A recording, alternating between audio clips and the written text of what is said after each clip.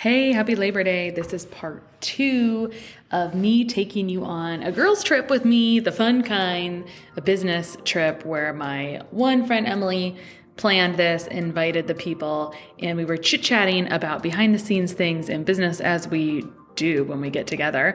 And I said, time out, we're going to go to the table and record this. So the first half is in last week's episode, and we went through and introduced all 6 women that were at the table. And in this episode, we're going to get a little bit into coaching, mentorship, and things you didn't know you would have to do or talk to your clients about. I hope you enjoy it. And if you need anyone's contact information, it's all in the show notes. On the note of coaching, I think we've all talked about mentorship. Okay, I'm helping people get results, but I'm like working my butt off. I'm exhausted. I'm drinking from a fire hose. So I sought mentorship at the right times. I would say, what's been your secret to success? I sought mentorship at the right times, which helped me climb to the next rung of the ladder. And if I didn't know the answer, I paid someone, or I got the answer somewhere, or I allowed my clients to teach me so many lessons. But what do you guys think about mentorship or coaching, or thoughts about picking a coach? Yeah, Robin here. I would say be careful with looking for someone that is just going to have this magic playbook in business that exists, because you can do what you want, and everyone here has different decisions and routes that they're growing their business. There's no one way. And so when you're hiring a coach, first of all, make sure, why is it you want to hire that specific person? What is it about them that you're wanting to learn? And then you can say no to their advice, or pick and choose pieces of what they're maybe suggesting or advice they're giving, and use your own intuition to make sure it actually aligns with you. That'd be my big takeaway.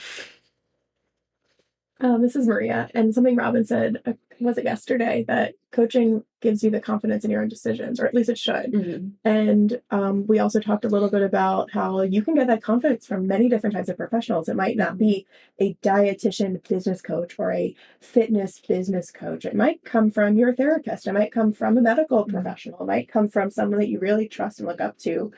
Something that I see with my colleagues that are also just new to private practice is feeling like you can't start without a coach. I don't deserve to start private practice without a business coach. Mm. And there is something about getting the reps and at least knowing, what questions do I have? At this point, I've collected so much data, which is what I tell my clients all the time. We're just collecting neutral data. It's all neutral. It's not good or bad.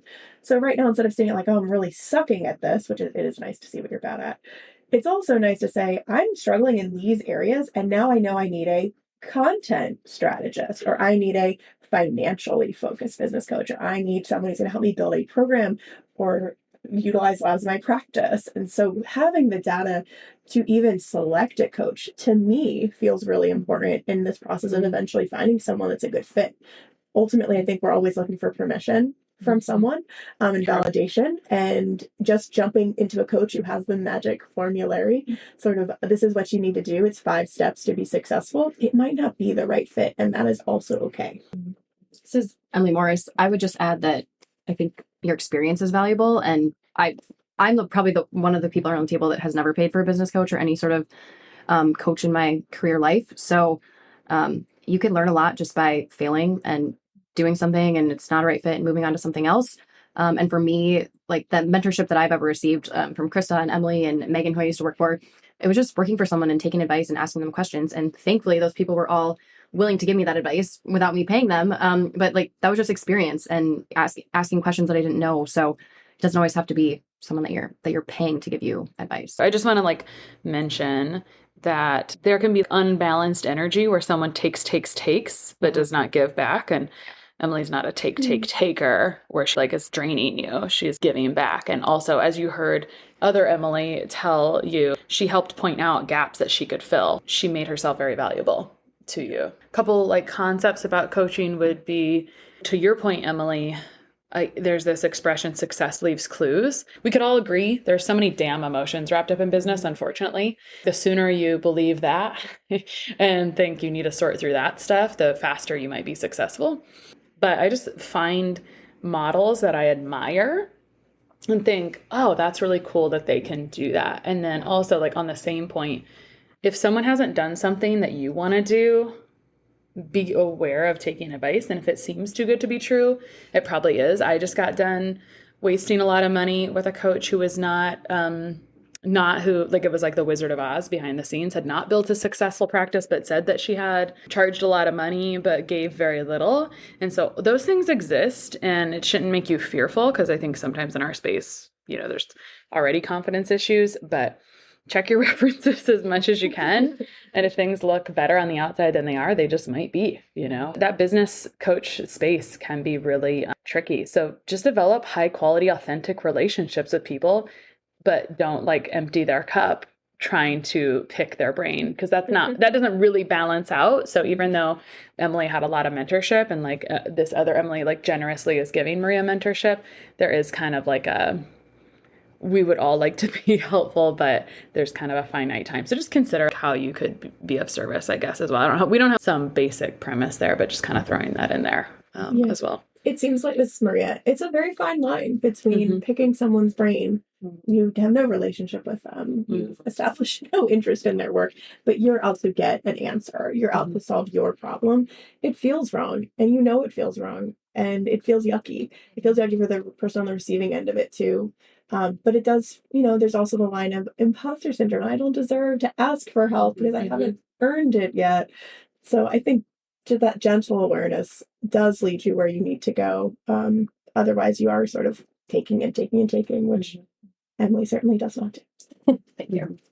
Another thing I want to add for people that might be new in private practice is the idea of connecting with people that are at the same level as you. And I think that was something that was so valuable for me when I started. I mean, that's how most of us at this table know each other. It was like a lot of us worked on a project together, and that's how we met. But most of my professional connections that entered private practice around the same time were made from being social on social media. It was like a DM, like, hey, I wanted to introduce myself. I love what you're doing. Maybe we can grab Zoom coffee. And like coming up with a group of people is really awesome too, because everybody has their own lens, their own skill set. They're all figuring different things out in their business, and you can like get together and share notes and like level everybody up together instead of viewing all these people as competition. So the more like social you can be with people in your field, I think the better. I mean, there's so many people that need help. We all have our own unique way of providing that help. Like we are all needed. So that collaboration over competition has always done me right. Same. Yeah. Emily here. I think I have this group of friends, and then I have another circle of dietitian friends that we formed an RD mastermind very casually when we realized like we don't really need business coaching. We just want to talk. And so I talk business and personal. We'd meet once a month, and they're still friends. So it's like, and they're doing totally different nutrition than me. They're doing a lot of in-person practice, not a lot online. Maybe they're more in the fitness space than I even am. So I think you have probably co-mentors in your space right now that you could leverage just to share notes and to debrief and to, how many times have we just jumped on like, here's my practice better. Here's what it looks like behind the scenes. Or I've taught people how to do systems in Asana, like project management tools and stuff like that. So you definitely have co-mentors in your circle right now that you could connect with. There's enough clients for everybody. Be allies. And if someone's got really negative energy and is a total baloney biatch, then maybe just move on and find like just find nice people. There's nice people, nice people. I have one last question, which is, I was going to say we need merch with baloney. we need merch. I was like trying not to cuss, but it just didn't work out. So us girls just bring out the raw version. Fair, we've been cussing this entire trip. Cleaned it up this morning. Yeah, clean it up. We're sitting here very properly unshowered around the table. Coffee. So really kind of I think the last question is that we were discussing, we were just, it's nice to get together with people in your level, whatever, because it's nice to talk about things. And sometimes there's just stuff going on behind the scenes that's not out on the front lines, which is what we were trying to bring some of this up for you so you can see like what this looks like. But as practitioners or people working in practices of some sort or health businesses, what are some things you didn't know you'd be doing when you went to school or telling your clients later in your career? We were giggling about this yesterday. Emily, you go first and come back to Rob. Oh, I'm not going to steal your guys' because you guys are the mineral people. But I think really early on, it was like telling people to eat the yolks. Like I remember that being a very big pillar of my brand early on was like, We don't have to limit eggs, and maybe you should have yolks more often. Didn't think I would be talking about that. Didn't think I'd be talking about like adding more carbs to someone's plate. I think the general nature of our, I don't know, it's tough. Like we had a very low protein, high carb, moderate fat education, I believe, but that has shifted. You guys have gone to school at different times than I did, so I think even the messaging has changed over in the last like 10 years. But yes, I would say the yolks piece and probably adding more carbs or eating more in general is something I never thought that I'd be talking to clients about. Yeah, Robin here. I didn't think, not only did I not think I'd be telling people to add more salt, but then add salt to your drinking water and take salt pills for some people. So that one's new. And maybe if someone's wondering, why would you do that, Robin? Just in case someone's listening, WTF? Yeah. Because we require sodium, and especially people who are on the healthier side, we've just had this messaging of salt being bad for years, that you just, when you're eating real food, you can add salt to your diet. Can I interject real quick and say that like all of us have found a niche at this point in our career. So there are the general population might not receive all of this, like the things we're about to say around this table, like eating more might not apply to everyone in the population. Your population, your niche that you're working with might not need to hear that messaging. But we're saying from our vantage point and lens right now, I typically need to tell women to eat more. And you need typically for hormone issues, digestive issues, different things like that, you need to tell women to, or people to eat more salt. And speaking of our niches, I would just say something that was really hard for me to transition from working in dialysis, on a reservation, in school nutrition, all of those things that I did before I was in private practice. The one of the challenging mental shifts was that my clients in private practice are very health savvy, very smart. Many of them are in healthcare. They're nurses, they're other dietitians, and like that might be the case for you guys. In your case, Emily, like they're very health savvy as well. Like fitness is their like jam, right? So they're very wellness savvy. And so they're kind of coming from messaging of like eat less, do more. And it's like burning out adrenals and, et cetera. It's just like making you feel like poop, screwing your hormones and things. So for even more context, I just wanted to throw that in there. If you're listening to this and you're considering a different thing, like you're probably like our typical client, not gonna lie. Like it's mostly like, it's like people care, right? Yeah. So anyway. Yes. This is Maria. I wrote a quick list because they're just also silly when I think about them. One is fashion. I never thought I would talk so much about fashion and inclusive brands and what colors are your favorite and what feels good and why do we always wear black? Like I feel like there could be a 5-minute moment in every session where we talk about feeling good in your clothes. I never thought I would talk so much about your inner child and your mom. There's a lot of mom talk. We talk a lot about nuts because for whatever reason, nuts really became like the protein player. And although they're not, so that's hard. I also role play with my clients. So I never thought I'd ever be doing that. And that's sort of funny where I pretend to be their doctor or I pretend to be their family member or someone they're struggling with, and they try on the words, I don't want to be weighed today, or I'm taking care of my health by working with a dietitian. I'm declining that information today. And I push them a little and challenge them with that. And so we get to act. And I never thought I would bring that theatrical element to my practice. So I love it. I love it. Kaely here. I think I was most surprised how often I'm telling people to do less, telling our clients to do less, like kind of across the board. Like we're going to do less intense exercise. We're going to take on less responsibility and less on our to-do list and less concern and stress over the nitty-gritty details of nutrition. And this is like in stark contrast to where I was in my health journey while I was in school as a dietitian, where like everything was expertly calculated. Everything was like never miss a Monday. My workouts were happening whether there was sleep before and stress was high. And I've drawn a lot of like old versions of me as clients. They're just really stressed to the max and they're doing too much and they're really aware of health and wellness. And they've just created more stress from things that should be adding to their health. So we spend a lot of time just stripping things away and releasing so much control over nutrition and lifestyle and really regulating nervous systems. And I did not think that I'd be doing that. Emily Morris. So I don't do client-facing work, but I would say a lot of the work that I do is admin work, behind the scenes work. And when you're in school to be a dietitian, when I was getting my master's degree, I think you just come in with this mindset of like, I'm just going to work with clients all day. And like, that's all I'm going to do. And you forget about all these other things that have to happen behind the scenes. And so that's actually a majority of the work that I do, and I actually really enjoy it, weirdly. I do not very much client stuff, and any of the client work that I do is like behind the scenes, like writing notes, not ever seeing them directly. So I would say admin work, and that's obviously a part of my job as more of like an admin assistant, but even as the business owner, like you're still going to have to do some of those non-client facing things, not nutrition related things. That's going to be a part of anybody's business. For sure. Probably the most surprising thing has been, this is Kristen. I didn't realize how many questions I would be asking. Like when you think about a coach, you think about like as a client, you think, okay, this one's going to motivate me to do things. They're going to tell me what to do. And it's really not about that. Like you have to be able to answer questions and figure it out on your own. And so as a coach, like I'm not going to tell you what to do. We're going to explore how to go about it your own way. Because if you don't know how to figure how to do it yourself, you're always going to be relying on someone else to tell you what to do.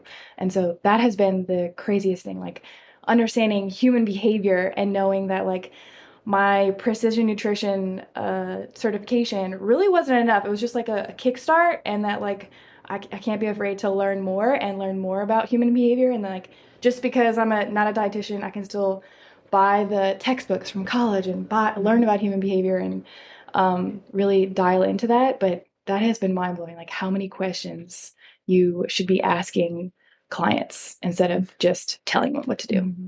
There's so much valuable advice at this table already. Kind of on the heels of that, I was really unprepared for like all of the emotions. I was definitely an empath early on, and I would absorb client emotions accidentally. I was unprepared for the amount of anxiety and emotions with gut brain health. And I think to your point, like you're just not prepared. That's not what you think. Like there was nothing that prepared you for that in school. And that could be in this business. It could be in any business. It could be that we're women. I don't really know. I didn't think I would be talking about stress as such a cornerstone of like the catalyst of what causes everything. I think like everything, some things are just happy accidents as well. And it, like now, even as I transition, I think your provider should always be, Robin said this one time online and I never forgot it. You should really always be improving, and things don't stay the same. I always things happen in our business, and it's like, don't get comfortable with something being there, because it may change. This test may disappear. It may not be as useful. Like, a fun transition recently has been like, how do we, just make everything more efficient, require less testing, require less supplements, require less over time, but create more synergy and more like long-term health, because, it's just a journey as you like continue to evolve with all that stuff. But yeah, all the emotional stuff, you have like a background with anything with human behavior or working with people in any concept, it's going to help you go farther in any kind of business that works with people now would be the main thing. Anyone have any other like final thoughts before we kind of wrap up, which this has been a really, I hope people find this like a super valuable episode and window into the behind the scenes of like 6 people's consulting and or businesses. Good stuff, right? All right. I feel like we need a group hug. Yeah. Thank you so much for listening to this. And thank you, ladies, so much for taking time off the couch to come to the table and drink coffee and have this chat before we carry on with our day. If you enjoyed this episode, please leave us a review. You can either do it in your Apple app by going in and searching for the podcast, or one other easy way is going to reviewthispodcast.com/less-stressed-life. reviewthispodcast.com/less-stressed-life. And I do want to thank our VIP sponsor, Rupa Health. That is a lab concierge service. Basically, you spend 5 seconds putting the labs into the cart, either billing your client or billing yourself. And they do the heavy lifting on making sure your client can find a lab draw site, doing the requisition forms, and then compiling all those labs into one portal. And if you're thinking about getting into private practice, they have a really elaborate education resource portal in the back end that's all free if you have a free account. So head over to rupahealth.com, let them know I sent you so they know that the Less Stressed Life is a good use of their investment as well. Thanks and have a great week. See you next time.